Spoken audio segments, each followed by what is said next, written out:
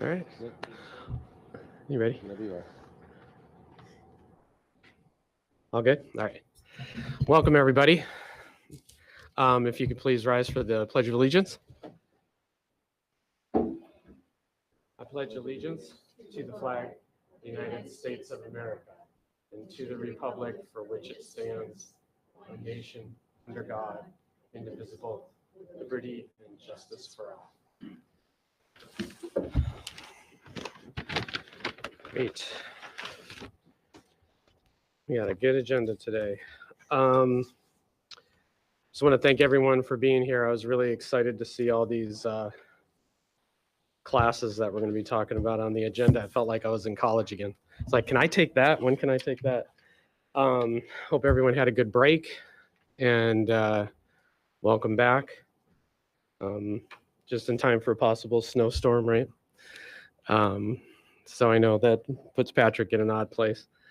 I just want to thank everyone for being here after, trying to get through Monday. I'm sure that wasn't easy after a break, but hopefully all the kids were excited to be back. Can we move to minutes? Anybody have any issues, qualms with the minutes? Okay, can I have a motion? I move to approve as written. Great. Second? Second by Megan. Any other questions? All for approval? All right, passes. Any adjustments to the agenda today? No. Public session. Is anyone here to speak in the public? No? Okay. We'll move on to staff reports. Mary Media and Adult Ed. Go ahead, Patrick. Yeah, so we're pleased to have Alan Lampert here and Don Wheeler. And so if you guys want to come up and kind of give us going to do a PowerPoint and kind of talk about all that they offer. And this is, we were just talking out in the hall earlier, this is a year where we've seen our enrollment across the three districts really spike, but even here in RSU1. So we'll let you go, Alan. Thank you for being here.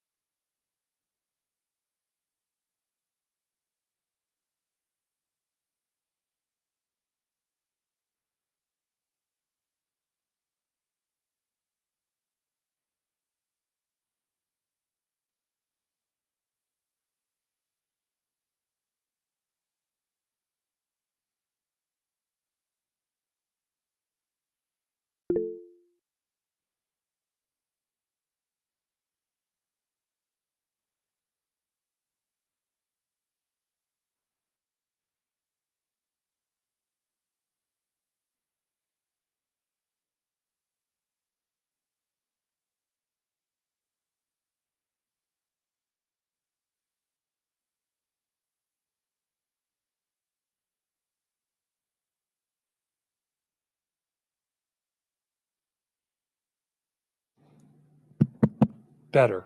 Okay. Sorry about that. And so we're looking to expand our committee even a little bit more. I'd like to see us get some more private sector representation on our advisory committee. Right now we have someone from the financial services sector, but I'd like to see someone with healthcare background as well on our committee. We can go on to the next slide, please. Our graduation for this year is going to be here at Morse High School in the auditorium. It's going to be May 23rd. It's usually in the evening. Patrick has been to, I think, every graduation that I've been here since I've been the director. So we get great representation from all the superintendents that we work with. It's actually kind of a special event. Our graduates are primarily people that left high school before they graduated from their class. Our graduates can be, anywhere between 18 to, on up. We've had graduates, in their 30s and 40s in the past.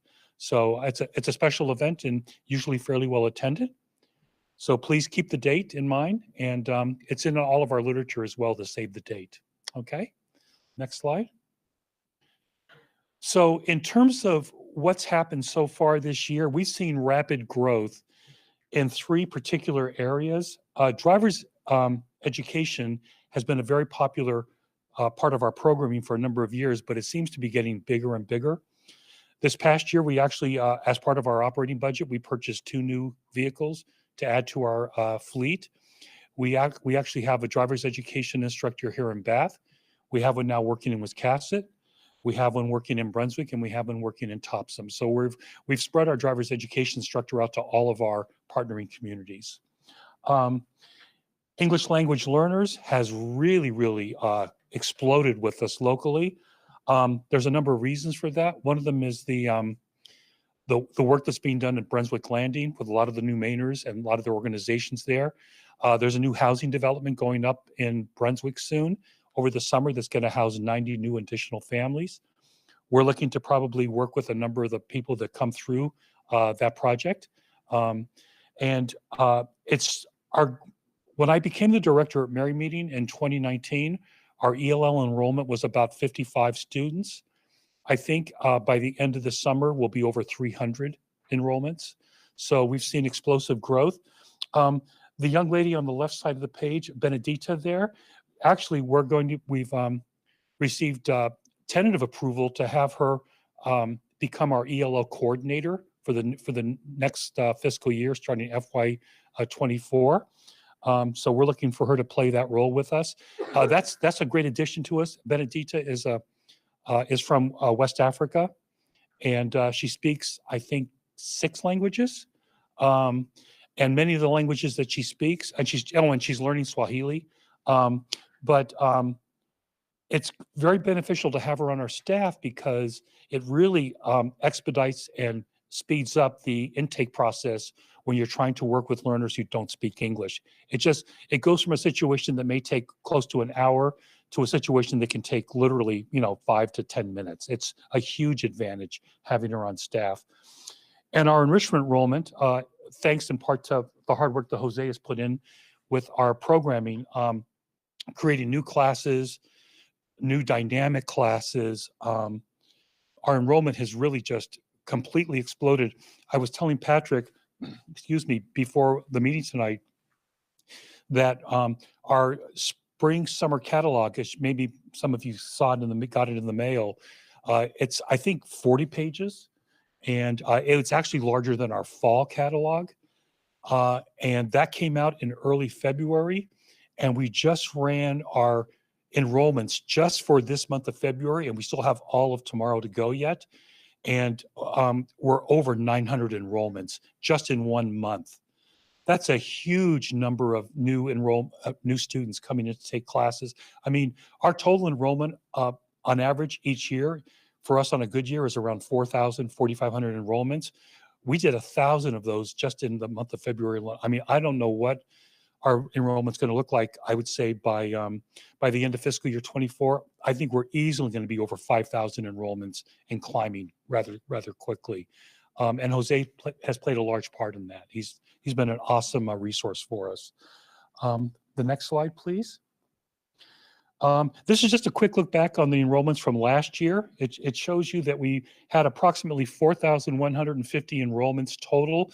That covers our academic enrollments, and our enrollments for enrichment was at 2,754. So, and that's an approximate total.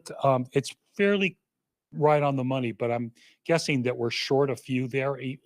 But even still, you can see that just this month, we booked 1,000 enrollments compared to 4,150 for all of last year. I mean, so our enrollments are really climbing rather steadily. The next slide, please. And this is just a quick look for the half-year mark for this year already, from July till the end of December. So enrichment, we booked 478 enrollments, and this is for RSU1, excuse me. This is only for RSU1. Enrollments were at 478 for enrichment. For high school diploma students, it was at 34. College transition students was at 11, and ELL learners was at 6. But I know the ELL learner number is going to climb rather quickly for the next 6 months, and I have no idea what's going to happen with the enrichment numbers for RSU1. I just know they're going to be large. How much larger, I'm not sure. Okay. Next slide, please.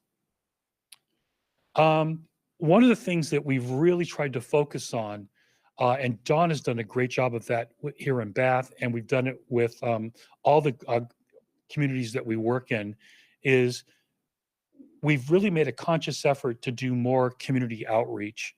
I attended a couple of meetings. Mary Meeting is a participant in the Working Communities Challenge, Grant Challenge here in for Saginaw County in Bath. And at a couple of the meetings that I attended, there was a couple of people that expressed things like, how do I get more people through my door? I can't get more people through my door. And I kind of thought about that, and I said, you know, for Mary Meeting, I'm not sure if we should expect people to come through our door, because there are barriers to coming. There's transportation barriers, there's emotional barriers.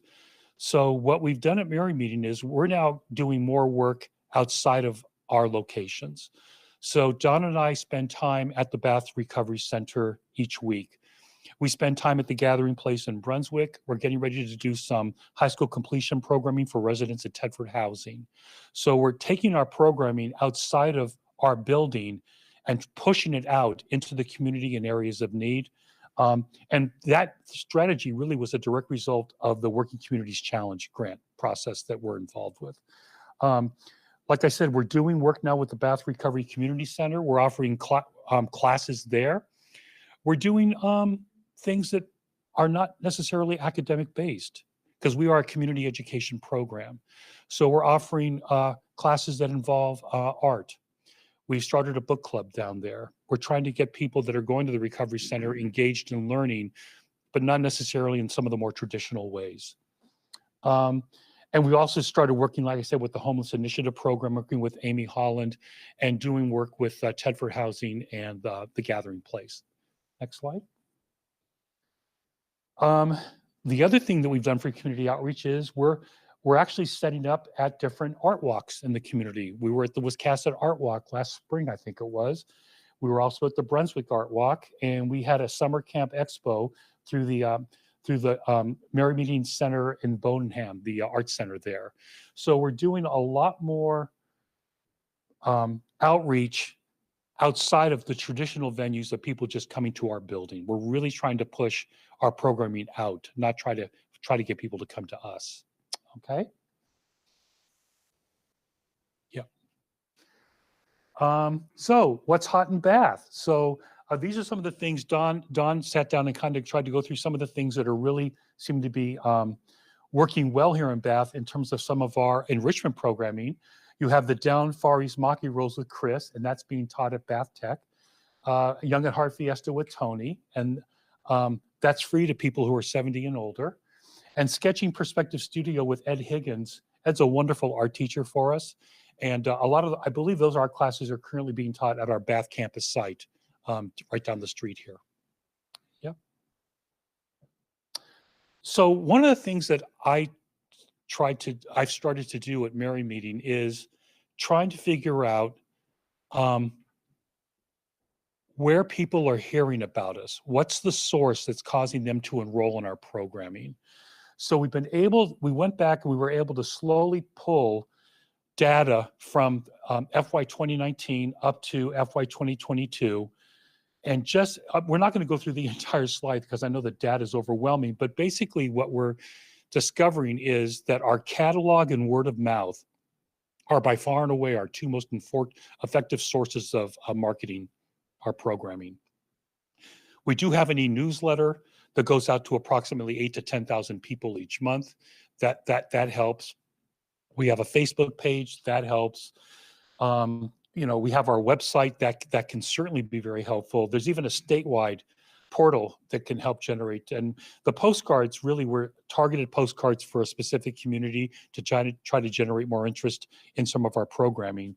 But by and large, the catalog and, like I said, word of mouth are generating the most enrollments that we're getting. Probably, I would say, for the past year, over 70% of the total enrollments we got were due to word of mouth and the catalog. And the catalog represents 50%. So it's a huge number. And we're tracking this now all the time. Whenever anybody enrolls in any of our classes, one of the first questions they have to answer is, how did you hear about us? What got you to us? We really want to begin to fine tune our marketing message. In order for us to do that, we have to know exactly where people are hearing, about our message and, what we have to offer. That is it in a nutshell. I'm happy to answer any questions you have about Merry Meeting and what we're doing here in Bath. We're growing rather quickly. My biggest concern, quite frankly, is capacity. It's a concern for us at our main office in Topsom. Another concern, another challenge we have is parking. We're starting to run out of parking at our main site in Topsom. We're thinking we've actually started talking to some of our neighbors about trying to get some of their parking spaces, because we're having a tough time trying to find room for people. Even our current building, even though we did a full renovation and added a whole classroom, we're running out of space. So it's a great problem to have, which is trying to find more space to accommodate more learners. Okay. That's it. Anybody have any questions? Yeah, questions? Go ahead. Hi, Alan. I just have one. There was a slide that talked about 34 RSU1 high-set students. And I was just wondering if there's ever any sort of conversations about what it was that sort of got in the way of them completing their high school diploma, and is that sort of information that's given back to the school, like Eric, in any way? That's a great question. The way we typically get, and the high-set student number you saw means they may have been enrolled here at one time, but they might even be a little bit older now and they're coming back. We usually have a conversation with the guidance team at whatever high school we work with. And they say that they have a young person that either is on the verge of dropping out or plans to drop out, and we'd like to do a soft handoff and see what we can do. So then there's a conversation with us and that young person and their family, trying to get them enrolled. But I don't think we actually look for any data trying to figure out exactly why they left. That's a great idea. I think that's something we could try to incorporate as part of the intake process, because I'm always a big believer in trying to find out why things are happening. I know from personal experience, and I've done a number of studies on the issue, the broader issue, mostly at Portland Adult Ed. And the reasons why most young people had left Portland High School or Deering was either due to mental health challenges or substance abuse issues. I mean, for me, those are the two largest sort of constant variables that I remember seeing in some of the studies that we did in Portland. I don't know if it's changed too much, but yeah, please. A lot of things we're hearing right now from all of our collaborating districts is the pandemic.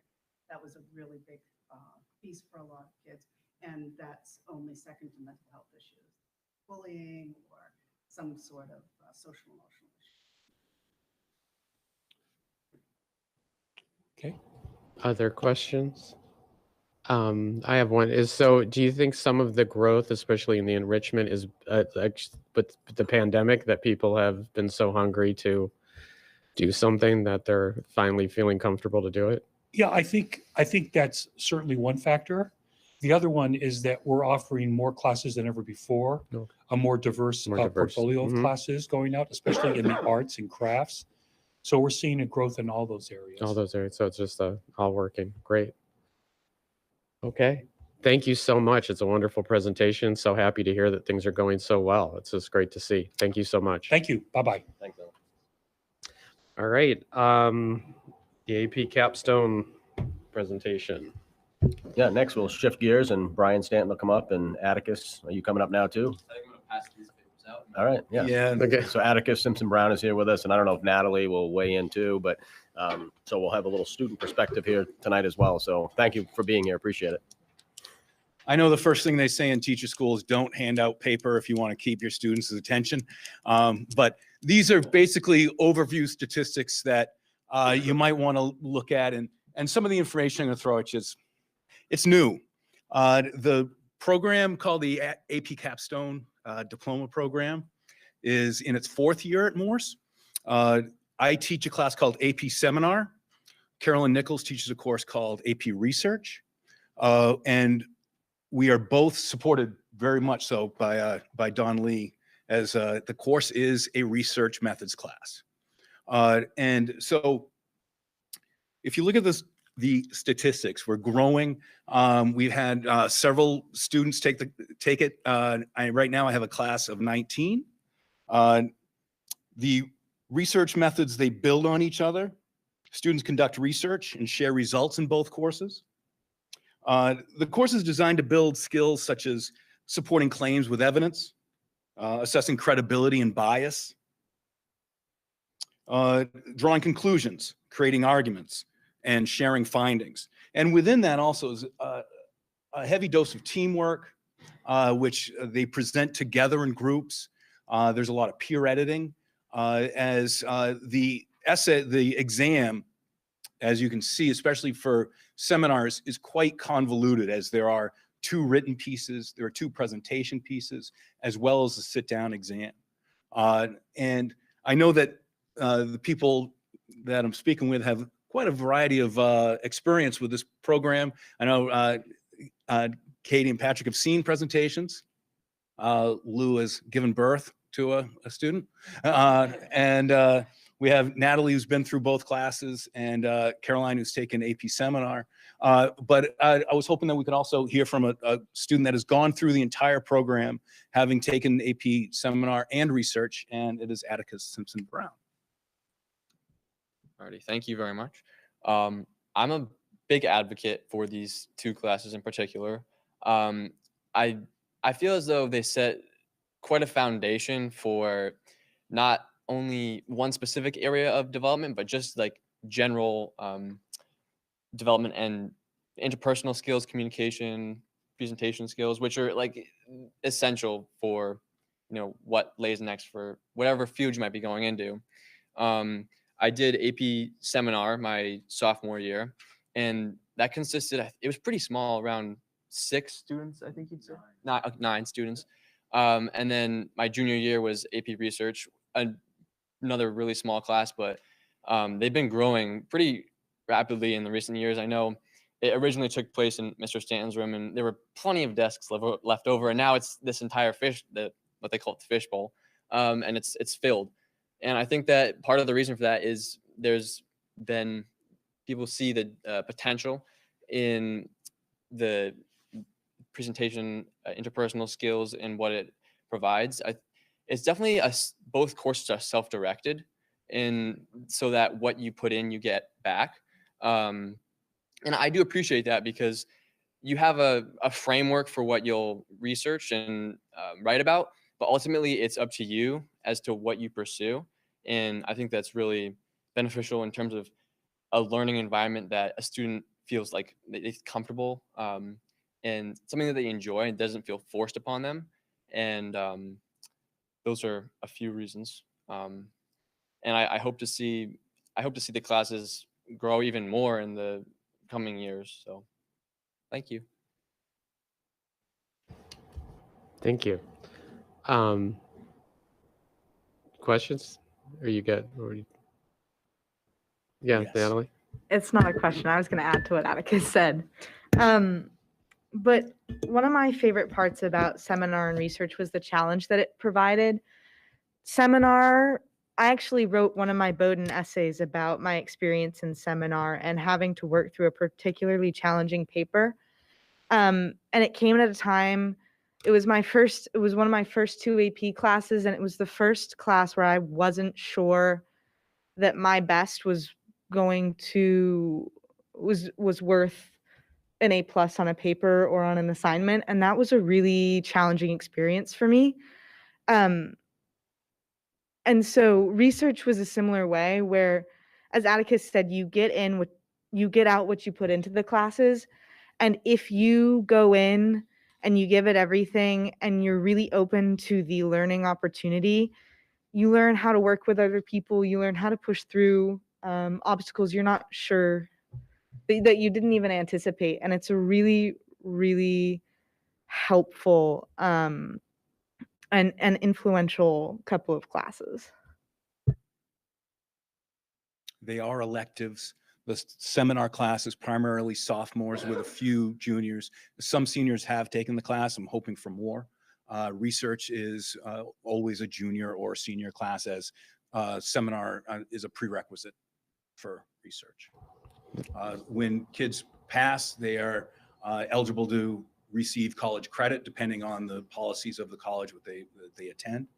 We've had obviously several people be able to turn that into some saving of money.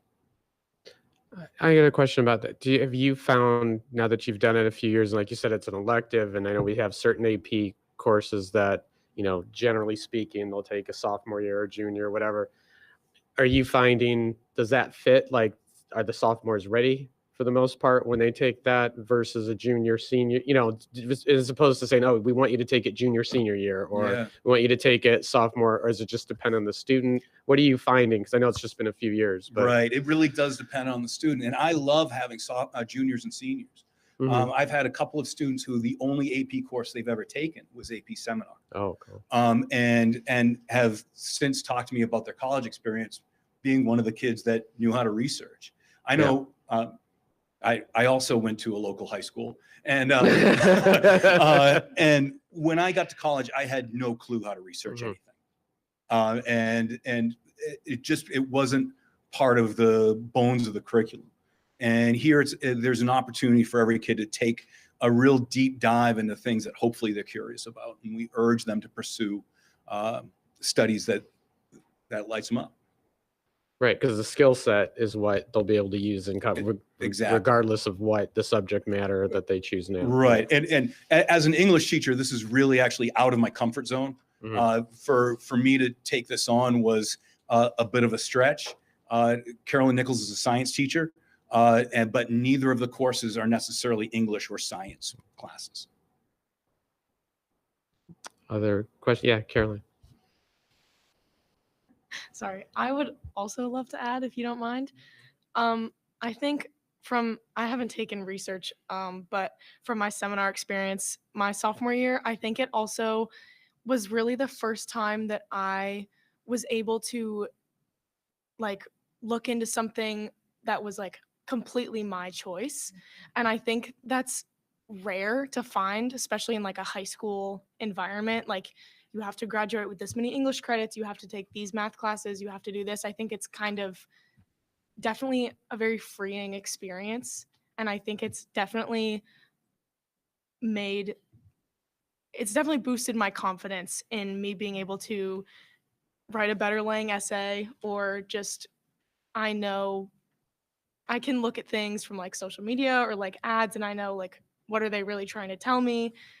Is this should I trust this? I think it helps a lot with places outside of the classroom too, which I think is a very rare class to find. So yeah.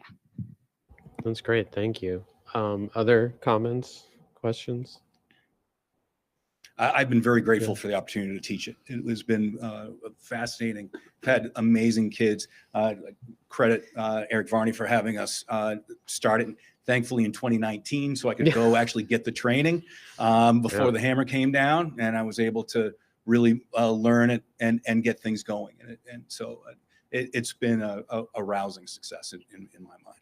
Because we had seminar, that was 19. When did research come in? The year after. It was the year after. Yeah. So, or 2 years after. So we had to have because the first class was very small. I think it was 6, and the second one was 9.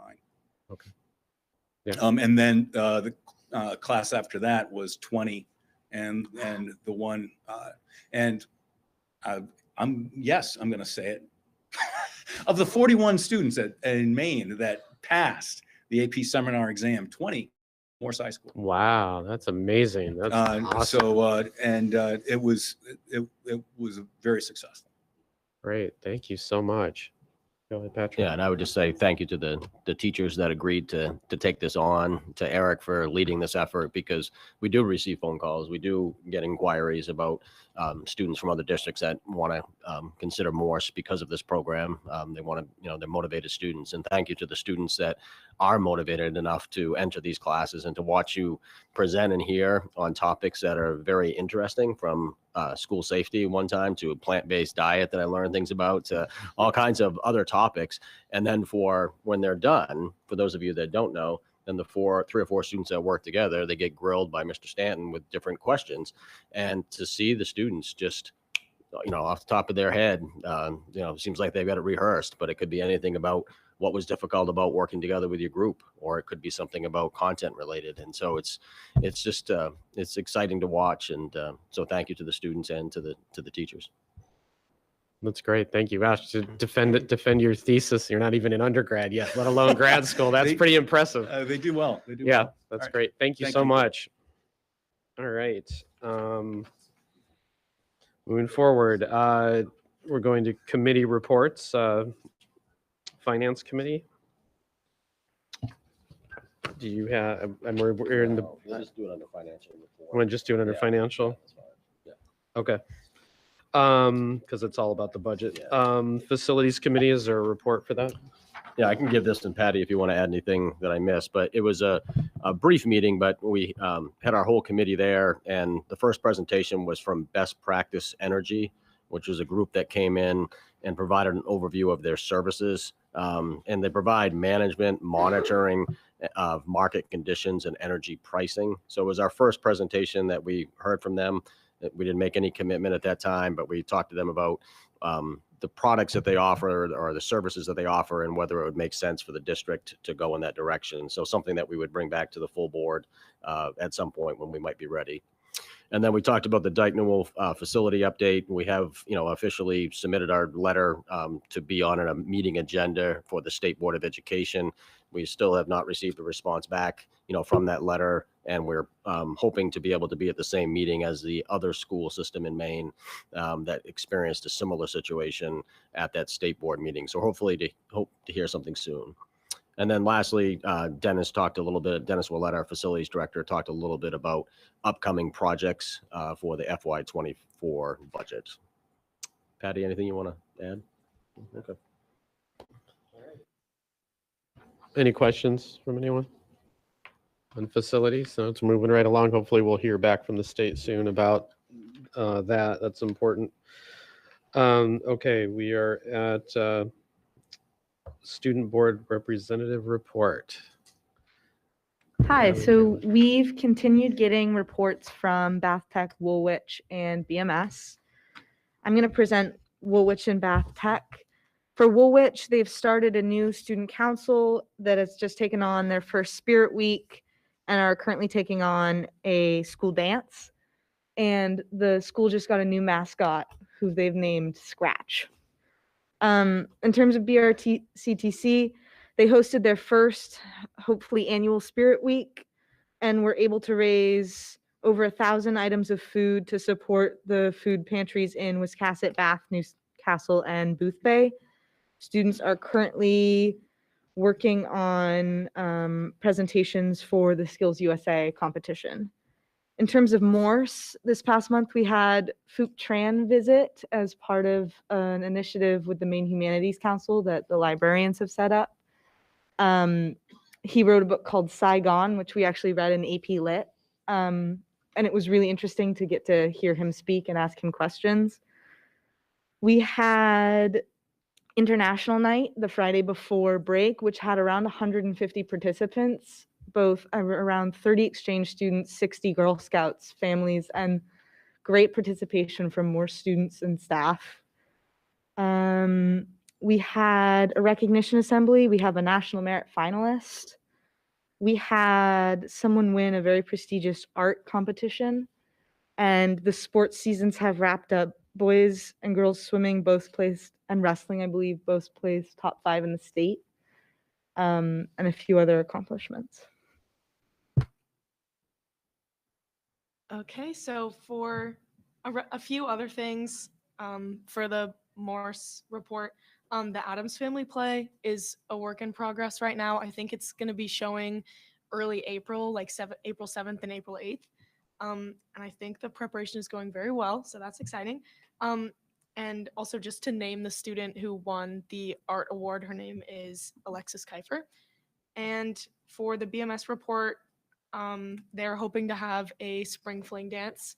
And then their ski trip to Black Mountain happened, I think February 9th. It was a very successful trip, and they're working on taking a second one. So, yeah. Wow, great activities. Anybody have any questions, comments? Well, thank you very much. There's a lot going on. Thanks. All right, Patrick, superintendent's report. Yeah, so Caroline, you mentioned the Addams Family, right? Musical. And so, I mean, that's just something that we've been had in the works, not the Addams Family, but having a musical here at the high school for, I don't know, we've been talking about for 3 or 4 years. And so it's been a long time coming. And so that's great. And then Fine Arts Night, Eric, is it still on this week? Yep, Wednesday. Okay. So that'll be a great show here.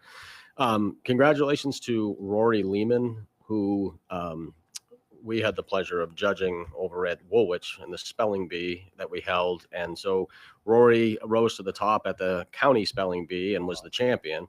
And now will compete in the state spelling bee to be held on March 25th at Bowdoin College. 100th day of school was on February 16th, and just a lot of creative celebrations you probably saw in the newsletters and instructional things. The Learn to Ski program happened at Dyke Newell, where all second graders is a partnership with Mount Abram. All second graders got a chance to go skiing for the day and learn to ski if they didn't know how.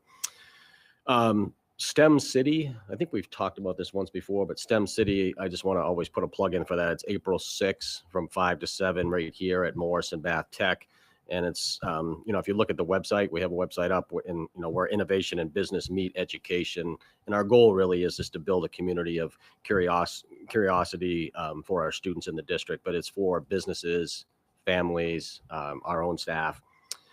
A couple other things. One is we had some state champions over the winter break. Sarah Ouellette, pole vault state champion. Andrew Layton, backstroke state champion in swimming. And then we had Shailene Brochu, who qualified for the New England's in indoor track and field. I think she is going to end up going to Boston. I think it might be as early as next weekend, but I'm not sure. This coming weekend. So congratulations to our student athletes. Budget schedule, just you have it. I know the board has it in their packet, but I know we expect that our finance committee members will be there, and it's Monday, March 6th, starting at 3 and ending around 7. And then Thursday, March 16th is the other marathon that goes from 3 to, only goes to about 6. But we also invite any board member that can come. And if you can't, if you are coming from someplace work or you're coming from another commitment and you can only be there for, 1 or 2, that's fine too. If you have to leave a little early, that's okay. We certainly understand, but the more the merrier. And Deb and our crew in the office will put together the binders to make sure that if anybody missed anything, but also that you'll have hard copies as well. And then lastly, I just wanted to see, I did put in your packet, it might have been through email, but just some information around a handgun safety certification through our PM criminal justice students. And I just wanted to make sure that you guys didn't have any questions on that. It's something that would be done through a certified instructor. Actually, she works for Mary Meeting Adult Education. But I didn't know if you guys had any questions. No? Okay. All right. Thank you. Yeah. Thank you very much. Move on to the financial report. Deb. See all these wonderful things happening in the district. That's why we have to make sure we have plenty of money to I spend. was going to say, right? now how do we pay for all that? That's right. So tonight we're looking at January. So we're 7 months into the year, 58%. And as far as what we've spent, we're at 53%. So we're basically in line with things that we had planned. Nothing unexpected at this point has popped up. So that's a good thing. As far as revenues go, we're slightly higher than planned. So that's another wonderful thing. A little bit more in our interest, and also we project a little bit more in the tuition revenue. ARP funds, we still will remain at about 50% remaining, which is good because we have another whole year to spend those funds. Working on the fiscal year 24 budget and getting ready for the cost center reviews, which, as Patrick said, will be March 6th and the 16th. And at that point, we'll gather all the information and come up with a first draft to take to the public. That's about it. Great, thank you. Any questions for Deb? Okay, thank Okay. you very much. All right, we don't have anything under old business, right? So new business, the high school courses, is what I've been waiting for all night. All right. Thanks, Lou, for that introduction at the beginning here. I won't read all of these courses, but we do have several new courses that we're proposing at the high school. There's 7, and then an 8th being just a name change that I'll mention as well, across 4 disciplines. And all of these we are proposing, they don't require any additional staffing or anything like that. But I think overall, sort of the sentiment is, with in the wake of the pandemic, it's time to sort of look at what we're teaching, how we teach it, spice some things up, and give some offerings where we can. So I'll start with science. And before I go, I should mention that I do have representation from each of these departments. So if you have specific questions about them, either I'll be able to answer them, or someone either on Google Meets or here in person. So in the science department, we're proposing an addition of 2 courses. One, capitalizing on our success that we've had in our unified programs. We started with physical education, moved on to athletics, and then most recently we added unified literacy with the library last year, and is continuing to this year. We'd like to start a unified science class next year. And that would be, following the same model of mutually beneficial between the mentors and the mentees, and providing some students with some great experiences on both ends of that in a science lab setting. The other course in the science department is plants and pollinators, which is it's really, I don't know that I need approval on this because we have had hands-on botany on the books in the past, which was wildly successful.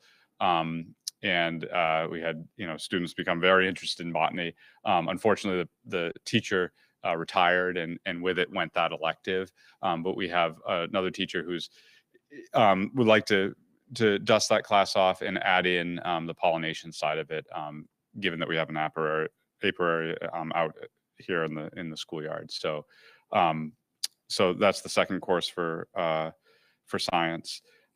In the social sciences side of things, we have Bree Canlin online who can speak to this, but Bree came to Morse from Mount Ararat, and she taught this course, Comparative World Governments, for years, and it follows loosely the curriculum of AP Government, but it's not the exact class. She does it a little bit differently. It's open to a wider breadth of students, and really diving into governments, comparing some governments around the world, what functions, what's beneficial about some, what's not about others.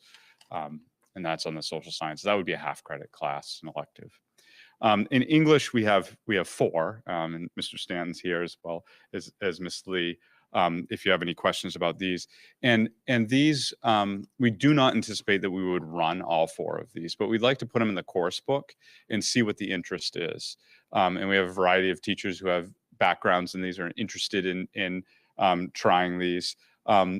It's one of them is Advocacy for Change, Read, Think, Care, Act. That would be a partnership with Don Lee in the library, as well as an English teacher.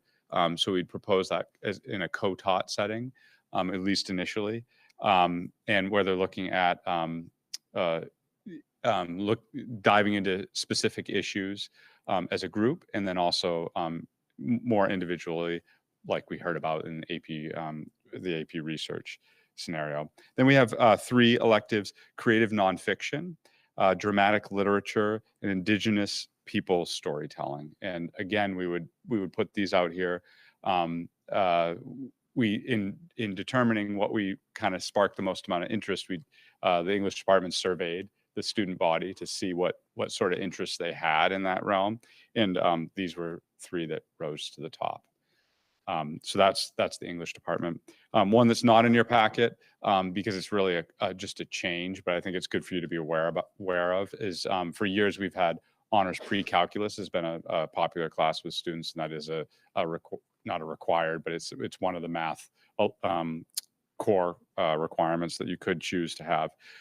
We're looking at tweaking it a little bit, and we're really not changing the curriculum at all, but the AP has come out with an AP pre-calculus curriculum. Our math department chair, as well as the current teacher for the pre-calculus teacher, looked at it and said, well, this is what we teach for honors pre-calculus.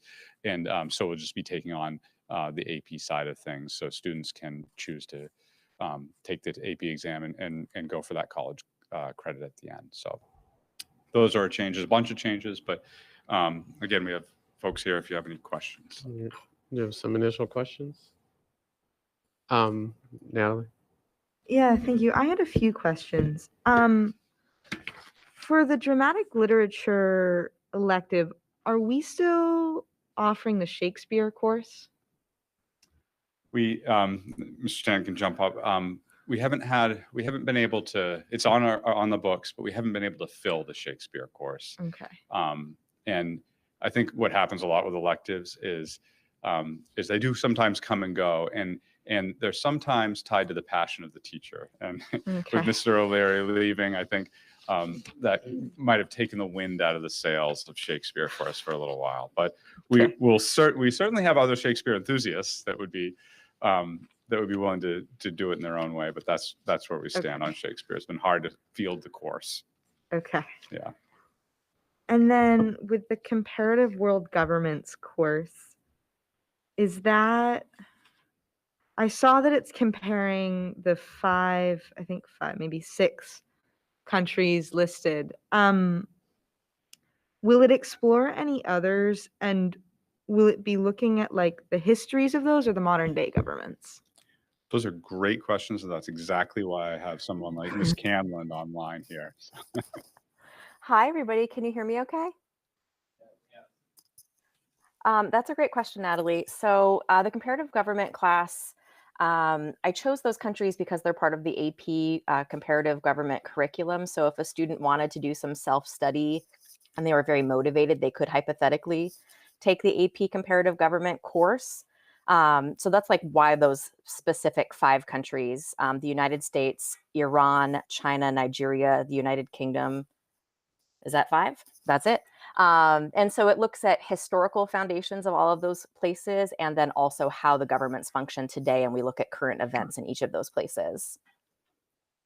And there would be room potentially, depending on like if there's a particular crisis in the world, like I'm thinking about Ukraine and Russia, like we could pick up and do a week of some exploration if people had a particular interest in it. But it typically does like run the whole semester with those 5 countries. Thank you. Yeah. So I have a question. What does it take when you say to fill a class? Like, what's the minimum number of students to say, yes, we can teach this class? We try not to run a class with less than 10 students. That's generally what we do. But that's not hard and fast because right. No, but I'm just saying that's kind of the ballpark that we look at. Yeah, sometimes we look, if we're trying to get something off the ground, we know like AP seminar is a great example, only having that, but now look, and because it takes a little bit.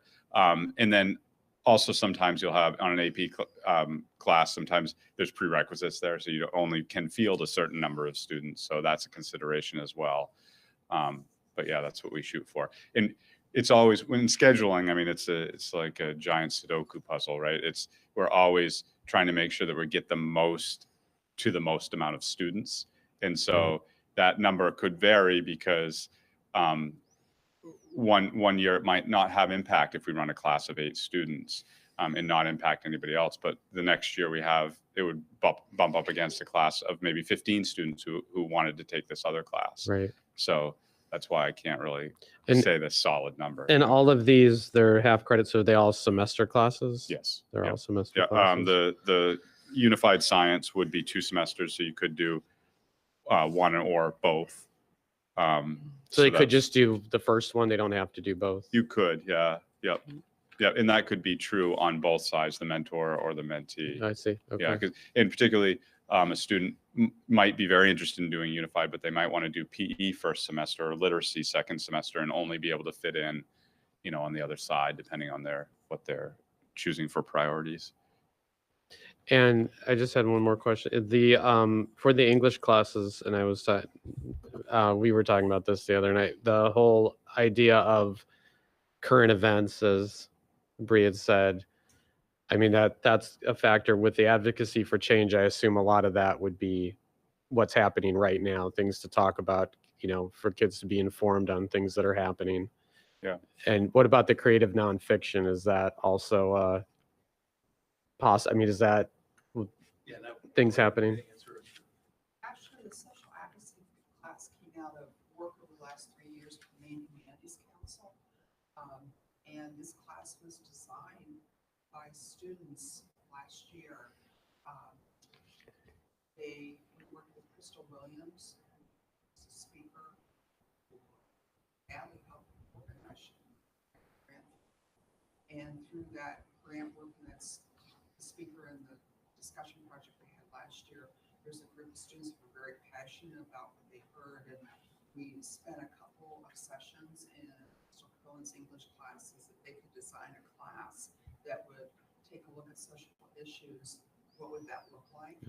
And the main thread that came out of that, students not only wanted to learn how to research, but they wanted to do something, and they wanted to be advocates for change. So it's a change makers class, and it's a lesson in civics and social action. So they will be taking on current topics, and they might be also taking on some controversial issues at the local, state, and national level. Great, thank you. And with creative nonfiction, it'd be more memoir. Oh, okay. There is a fiction writing class that has had some traction. Yep. And we mostly want to give as many opportunities for kids to read and write as we possibly can. We want to make the study halls a little smaller and the English classes a little bit. Yeah. So memoir oriented that's great. Wow. Okay. Other questions, Jamie? Eric, did you say that you did poll students, the entire student body, or how do students sort of weigh in on Yeah, these? do you want to? Yeah. Sure. So for English, we had about a half dozen that the English teachers thought these are possibles, and we sent it out to via student services largely down to the 9th graders, the 8th graders. Sorry, because we'd like to start the kind of the elective culture early, and just get kids to maybe try some stuff out, maybe before they realize that the cool kids don't do that. So and so we got that, we sent it out to all 4 classes, including 8th grade, and those 3 rose to the top. And I think my last, maybe not a question, just a comment or an advocacy for change would be to include youth mental health in the listing of topics, or maybe consider that, because it affects sort of every aspect. We talk about it every meeting. So we'd love to have youth voice in that. Great suggestion. Yeah. That's great. Other comments or questions on these classes? Gosh, I wish I'd had those in high school. Would have made college a lot easier. So this is an action item. We need to vote on this. And so if there aren't any other questions, may I have a motion, please? Sure, I'll move to approve these courses as written. Great. We have a second. Second. Second by Jamie. Any further questions or comments? All in favor? And that's unanimous. Thank you all. Thank you all for coming and for taking the time and really putting this. This is exciting stuff, and it's great. You just keep Started with the AP thing seminar. Just keep going with all these new classes. It's fantastic and really putting us on the map in such a great way. So thank you all very much. Very proud of seeing all of this. Thank you. All right. Katie, you're up.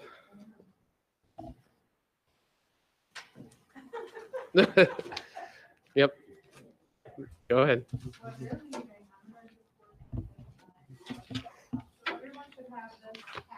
Yes. I did. Let me turn my microphone on and present. Okay.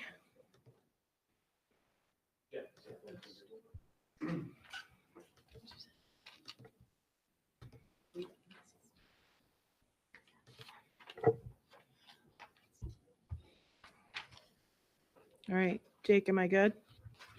Okay. Okay. So the board, at the last board meeting, we spoke about me presenting on our MIHAS data. That's how I'm going to choose to say it. I know people say the acronym in different ways, but for those who aren't aware, you can see right at the bottom here, it's the Maine Integrated Youth Health Survey. In terms of what is it and when the data is collected, just a little bit of background before we get into what the information actually is telling us. It's given traditionally every other year, depending on, with the pandemic though, one caveat, it's usually given in the winter around February. It was actually given last in fall of 2021. So, and with the pandemic, there was also a blip in when it was given. And so the information that I'm going to share with you is primarily 7th through 12th grade.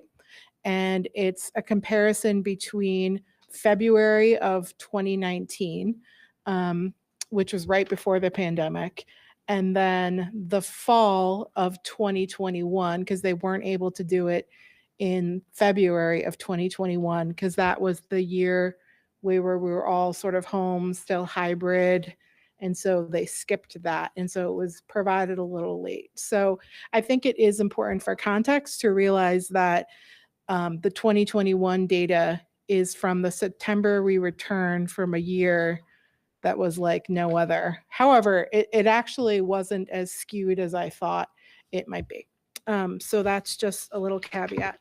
So if we're moving on to the next slide here, in terms of about how many students this information represents, depending on the year, you can see obviously, our enrollment fluctuates slightly, but it's around 700 students, 7 through 12, that this is about. We get reports for Morse, for BMS, and Woolwich, and they're separate reports. And so what I've done here is consolidated all the information so you can compare it both from school to school and also see the differences between the 2019 year, the 2021 year within our district, as well as the differences between how we compare to the state of Maine, and that's the aggregate of all the kids in Maine who took the survey. I think also important to note is on the reports from the state, they essentially give indicators. This last column right here is whether the numbers, depending on the question, comes in roughly equivalent within a margin of error to the state, whether your scores are lower than the state average, or whether so that would be an L, or an H would mean your scores are coming in higher. The lower and the higher, the value of whether that's a good thing or not a great thing depends on what the question was that was asked. And so you really have to carefully refer to the question when you're looking at those indicators. If there's an NA in any of the, and I will say that they assume a margin of error up to 7 points. And so sometimes you'll see an equivalent score given across all the numbers, but there's, one might be 4 percentage points off from another one, but they count that as equal because it's still within the margin of error, essentially. If there's an NA there, it means for whatever reason, they have changed their scoring mechanism. It used to be, I believe, paper-based. Now it's electronic. They had new questions they added. They asked some questions only to high school students and not to middle school students. And so when you see an NA, it means that there was no comparable data that they were able to provide.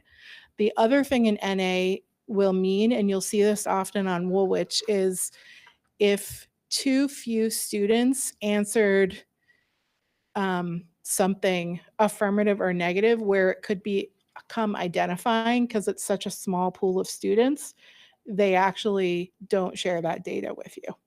And so some of the NAs mean there was an answer. However, too few students gave the answer and it was going to be too revealing. And so they didn't want to share it. Because they obviously, one of the reasons why I think this data is so valued across the state is that it's a pretty accurate and transparent and honest view of how kids are right now across the state. And I think that students understand it is very much anonymous. Okay, so that's all the background I'm going to give you. I separated the sections by the portions of the survey. So there's a section on violence with a lot of questions. There's a section on bullying, tobacco, alcohol. And so that's how each slide is set up. There's a ton of questions. This presentation is probably already going to be lengthy by the time we discuss and ask questions. And so I put those things in that I felt were the most relevant and the most important or the most representative of a lot of a group of questions that would be helpful for our discussion. I also made sure to put in ones where we were far off from the state, either in a good way or a negative way. And so that's essentially how I chose the questions. And then for the sake of making this more efficient, I just sort of did a quick analysis on each slide in blue of what I thought the data quickly meant at first glance. And then green is what we currently do for this topic in terms of our systems, programming, staffing, and whatnot in the district. Okay? All right, so let's now read some of these. So under violence, we'll see how this goes. I'll read the questions and we can quickly look at the data, and then maybe we'll stop and talk about each one because the topic changes for each slide. That probably makes the most sense. So the percentage of students who answered strongly agree or agree to the statement, "I feel safe at school." And you can look down through the 21 column and see where we land. Again, Woolwich had, I'm not sure why this one wasn't included, but there was no data here for them. Then the percentage of students who answered yes to this statement, "Has violence in your home or the threat of violence ever made you want to leave your home even for a short while?" And this was a question that was only asked to high school students. I think that the first question to me is reflective of we're mostly in sync with where the state average is. Obviously, I think every person who works here would prefer that that was 100% on the first question. And then, just putting as an action item, kind of finding out more about why that BMS number is 77%, because it is on the lower side. As someone who's been working closely with Brandon and Micah Depper on the Rev grant, that was actually our entire project because they had already seen some of this data over time and really worried about it. And so creating those connections classes I shared with you, we have student groups who make recommendations for how to connect with each other and how to connect with their teachers more. And so that was kind of all trying to get at this issue. And so I think it's already starting to be explored, but I think it obviously needs to be talked about even more. And then, our number here for violence in the home, and I know that our administrators in their reports or in stories they share, just generally will talk about, all of the trauma that students experience, whether it is violence in the home or family members who are incarcerated or substance users. There's a lot going on for our students. And I think, this number really speaks to that, in that it is so much higher than the state average, especially for where I think our community is located. Questions on violence?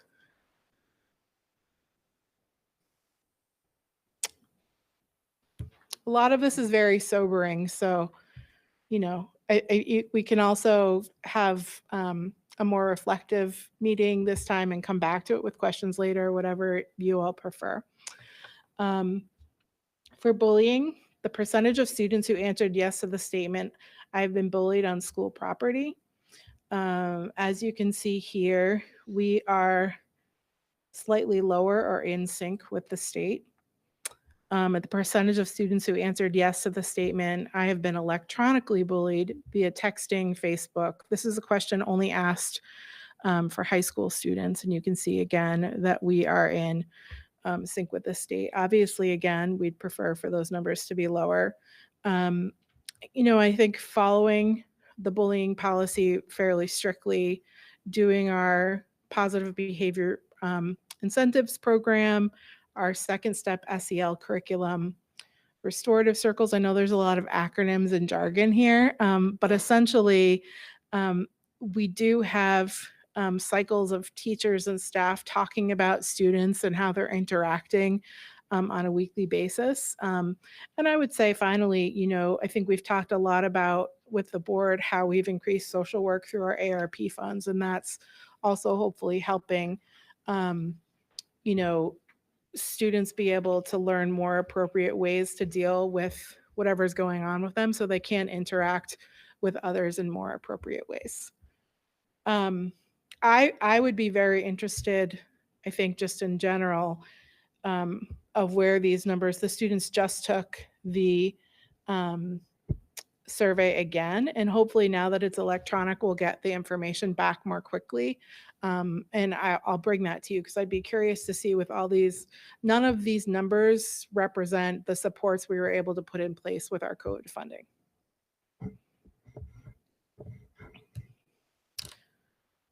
Yes. I had a question. One of the things that I've noticed in the past when taking this survey, and I don't know if this fits into bullying, but there is very little questioning about sexual assault and sexual abuse. And that is something I hear a lot about in the halls and in student conversation. Yeah. I brought it with me. I think there's only 2 questions in the whole survey on it. One question's like, have you engaged in sexual behavior? And I don't know what the second one is, but I think that that is a significant issue that is not being addressed.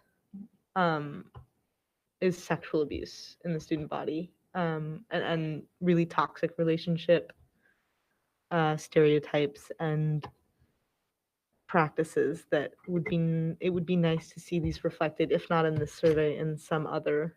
Yeah, that's actually really good feedback for them. I mean, I know for us, we have, I'm not going to remember the name of the presenters who just came to all the English classes to talk. Yeah, it was SASM, but I'm not sure if it was SASM, to talk about positive relationships. And there are pieces of programming that we have there and through our health class. But it is something that's very relevant to high school.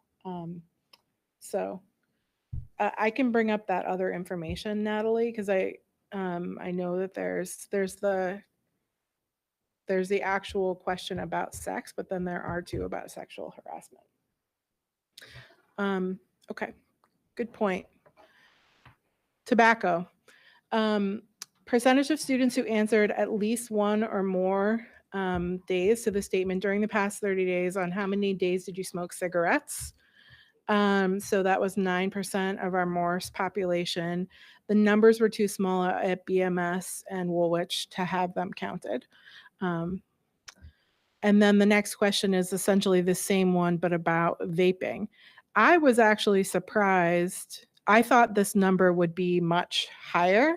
And I don't know if because of when this was done, if in the past year and a half, it's kind of picked up speed, because I think similar to, similar to the talk of sexual harassment, vaping is obviously something that our administrators and students talk a lot about and deal a lot with. So, I mean, our number is obviously on par with the state, if not a little bit lower than, especially the 2019 rate. But that would be one to keep an eye on. And obviously, we do the usual work through our health and guidance classes, conversations with social work, and then substance use program and referrals. But I will say, and I'm sure Jamie could add to this, that there's very few options out there for students. And so, if anything, it's not necessarily always knowing a student, identifying the student, it's connecting them with an appropriate support that they're going to follow through on. That really is one of our struggles. Questions on this one?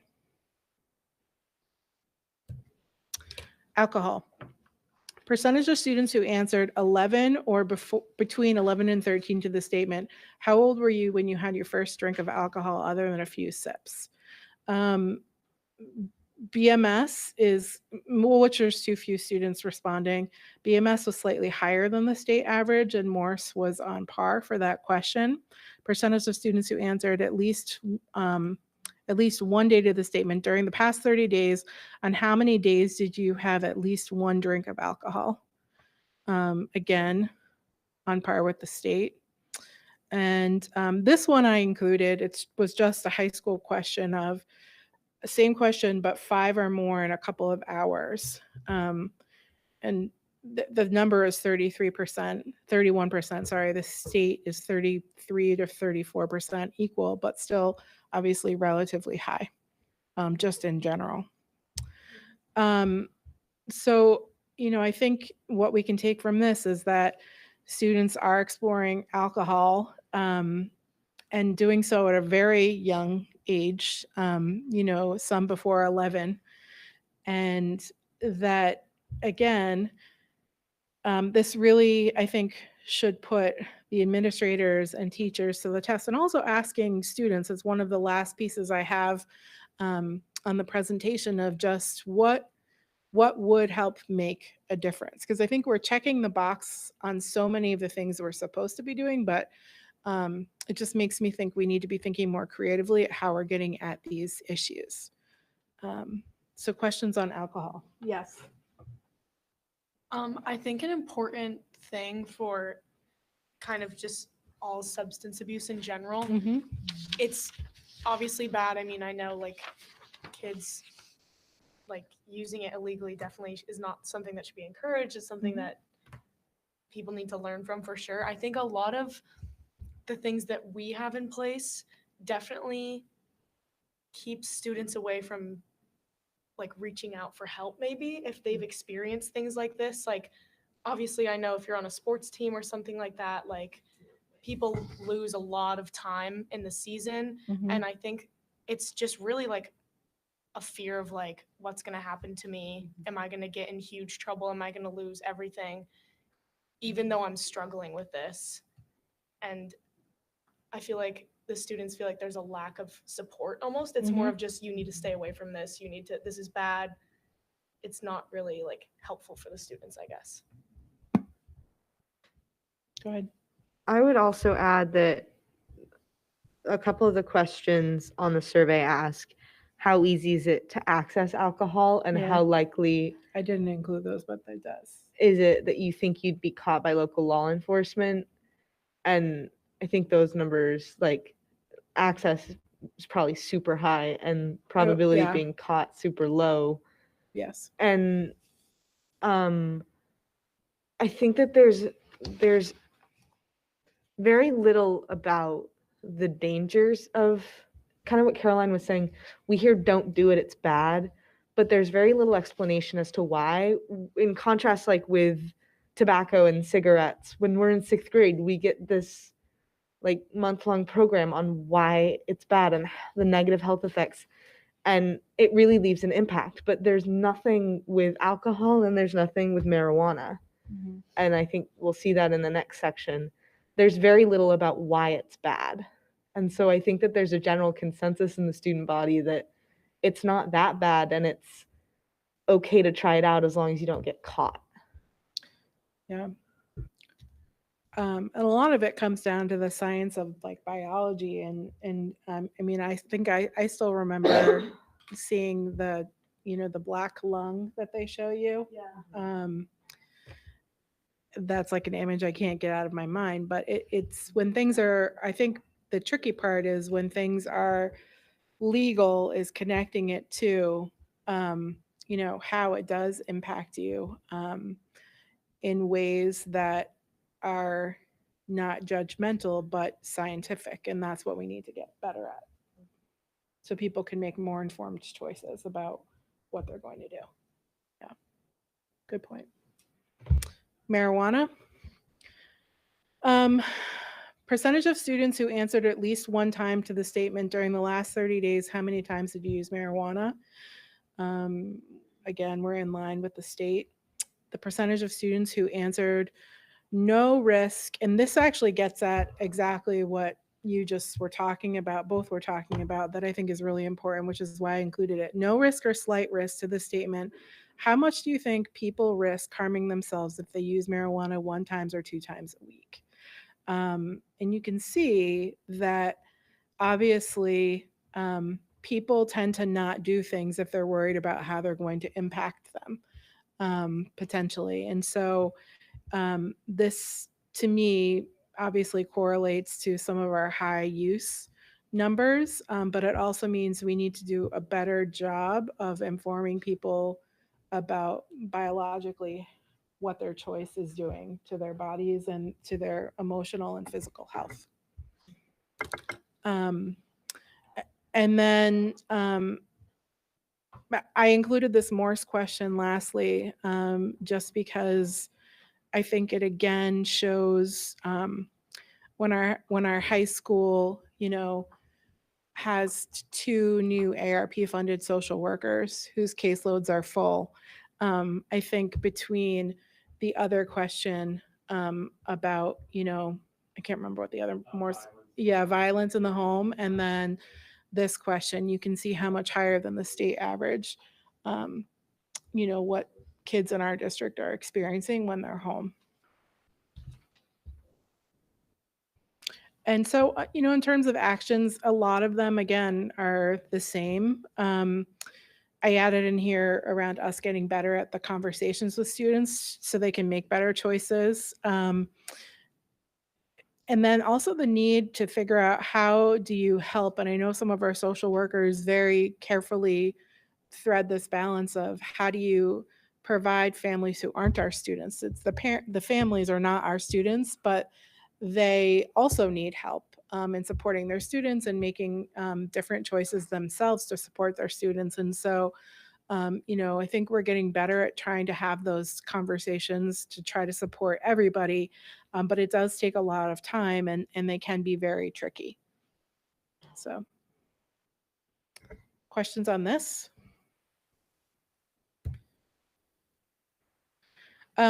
This is not surprising, I think, to anyone, but I did find it very interesting. And I will say that the next 3 slides are all related. I put them together because they're all related to mental health. And so I didn't put the action steps until the very end because they're all around the same topic. But the first one is the percentage of students who felt like their mental health was not good during the pandemic. And you can see that not only was the number's not great, but ours in our community were higher than the state average in all 3 places.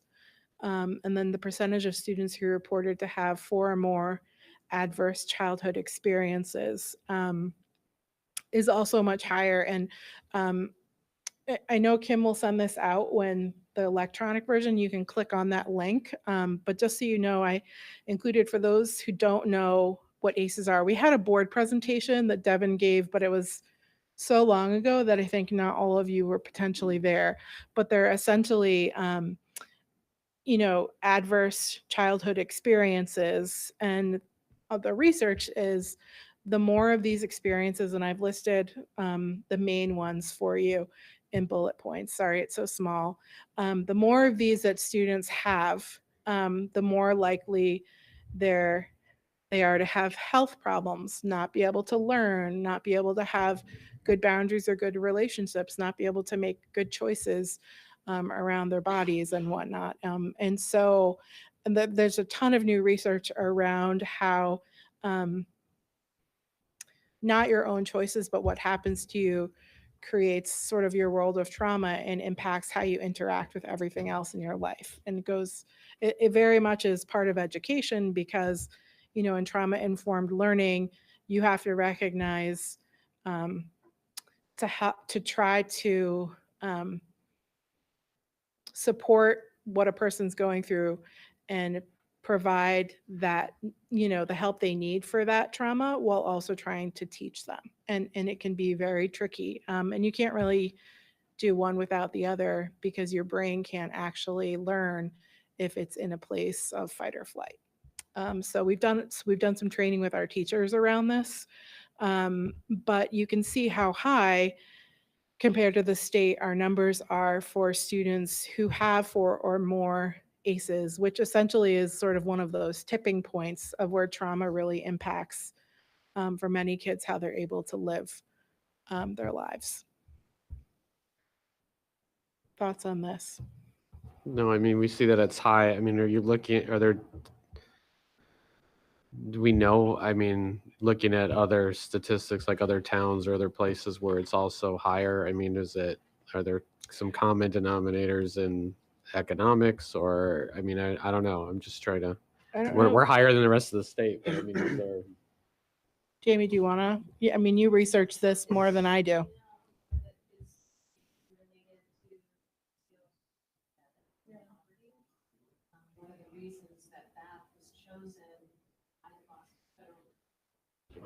One of the reasons that Bath was chosen by the Boston Federal Reserve as part of the Working Communities Challenge is because Bath has such a high rate of poverty. At the time, it was 14%. And so if you think about a lot of the issues that a lot of our students are dealing with every day, it makes sense why school and learning is sort of secondary to survival. Great. Thanks, Rick. And I think what's also interesting about our community is it's extremely diverse in terms of socioeconomic status. So depending on who people spend their time with or where in town they live, some of these issues don't even seem relevant potentially, or they might not be aware of. But for, you know, a large part of our community, they're very much what they're thinking and, you know, having to deal with every day. Okay. So, you know, just we're on to the last 2 slides here that all have to do with mental health. Strongly agree or agreed with, is there at least one teacher who really, you know, who really cares for you and can give you support? Again, I'm not sure the numbers at BMS and Woolwich were lower, which we already talked about in one of the other slides. And I would love to get the newest numbers and dig a little deeper about this because it's very worrisome. I also wonder because of the different, this is not an excuse, but because of when it was given and the hybrid weird schedule, how much lack of connection they might have felt at the time they were given this compared to now. So again, not an excuse. And then the second one is, you know, does your community, so meaning our RSU1, the town they live in, whatnot, and again, equal or slightly lower. And then finally, I think the most sobering of all the slides, and I know this is something that sort of drove our Working Communities Challenge grant that we received, and also the alliance work that's been happening is, you know, when you look at these and they're high across the board for all of our students at these schools. During the past 12 months, I felt so sad or hopeless almost every day for 2 weeks or more in a row that I stopped doing my usual activities.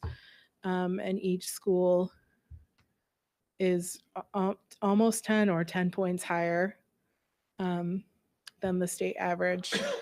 And then during the past 12 months, did you seriously consider attempting suicide? And these numbers are also worryingly high. So let me just finish this part and then I would love to hear what you have to say. So in terms of, next steps around that, I think this is something that we as administrators and teachers talk about all the time and was obviously an issue before the pandemic, but something that has really bubbled up if you look at the sort of the difference in some of these numbers.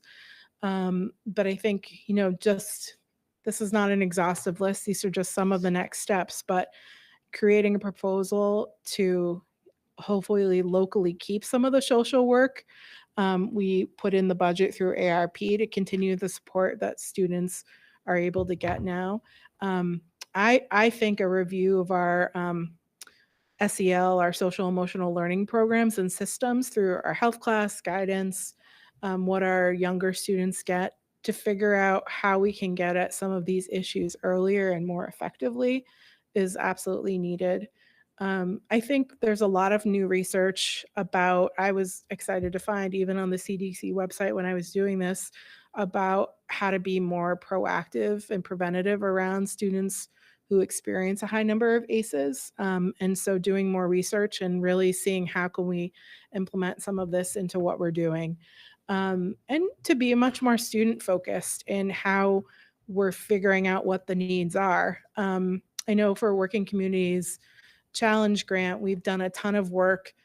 I haven't, other groups have, of asking students what would make a difference? What do they need? How can we help them overcome without, as adults, assuming what we think those things are? And I think that we can do much more of that within our RSU1 community to share some of this information. I mean, even the comments that were said tonight were very helpful.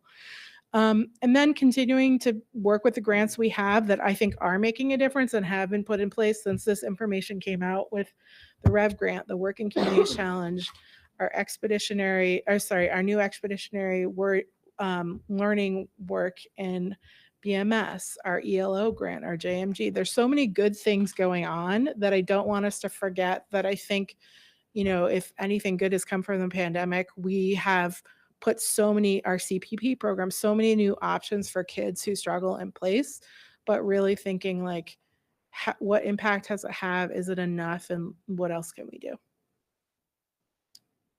Other thoughts, questions? Yeah, sorry, you wanted to say something, Natalie? It's okay. Thank you. I had a question about, and actually this is more of a question for Jamie. Because I know you've done a lot of research on this, with suicide prevention and suicide awareness. I don't know how the research is collected on that and how much student feedback and child input there is, but I know personally, with the awareness, there's been more and more awareness about suicide recently in an effort to destigmatize it. But I think that through that, we have normalized it. And by normalizing it, it becomes an option for people. And I think that that's one of the reasons that these numbers are so high, because when you're younger, it isn't something you're hearing about it more and like younger and younger. And so when something's going wrong, you hear about people who've committed suicide because all of these things were going wrong for them. So when something goes wrong, it's not that it's something you want to act on, but that's suddenly it's in the back of your brain and it's an option to you. And so when you get older and things get worse, like that just becomes more and more prevalent because you start to hear about it more and more and more. And I think that in an effort to destigmatize it, we've normalized it and made it an option for kids. And I'm wondering what the research says about that and how we address that. So I can answer that to the best of my ability. There have been lots of different research that talks about safe ways of talking about suicide, and and increasing help-seeking behaviors. And that's why you want to encourage people to talk about it or feel that they can speak up and talk about it. But I think what we are seeing a lot, especially with younger, very younger students, is the prevalence of information that 15, 20 years ago we didn't have. And so if you have an 8-year-old who's getting social media at a very young age, completely unchecked, and I think if you looked around, most of our students get devices much earlier than they should developmentally, emotionally, socially. The bullying that we deal with on a daily basis that is all linked to social media. If I could wave a magic wand, I would take cell phones away from like 8th grade and under. So I think that there are safe ways that we can talk about it, and then there are unsafe ways that will build the drama around it. Things like the Netflix series that came out. All of the suicide prevention experts were like, "You are glamorizing this. It was so damaging. The messaging was so damaging." And so that's when it gets very dangerous. You know, I was thinking about what Caroline said earlier about the things that we have in place that prevent people from reaching out. And one of the things that I've learned over the past 6-7 years is we have to have a balance between boundaries and consequences versus punishment. And so, you know, this is something that a school board could think about and talk about is, do our policies punish people who have an addiction because they have started vaping, not realizing that in that one little pod is a pack of cigarettes, and they're sucking that down in an hour, and then the following hour they do another one. And so very short amount of time, they're addicted to a substance and they don't have control over that. And our community doesn't provide enough resources for kids to get help with that. And then we punish them. And we're basically saying, you keep making this choice and it's a bad choice, and we're going to punish you for it. So I think, you know, if we could look at our policies, especially around substance use and sports. I get in heated debates with people about this, but when people are found to be using substances, there's often a negative, you're pushed out of school or you're pushed out of your sporting team, those connections. And it's the opposite. We should be pulling people closer. And I know that's a controversial stance, even within my own family. we go around about that. But there has to be a balance between consequence and punishment, because you're never going to punish your way out of any of these things. I'll get off the soapbox. I could talk all night about this. Thank you. Other questions? Yeah, Anita. I was just wondering if you know what percentage of students of the student body did actually complete the surveys? Near 100%.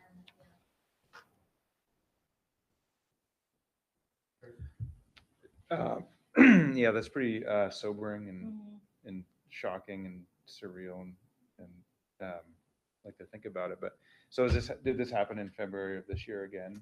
And Yes, it just happened, and we don't have the results yet, but I'm happy to share whatever I get.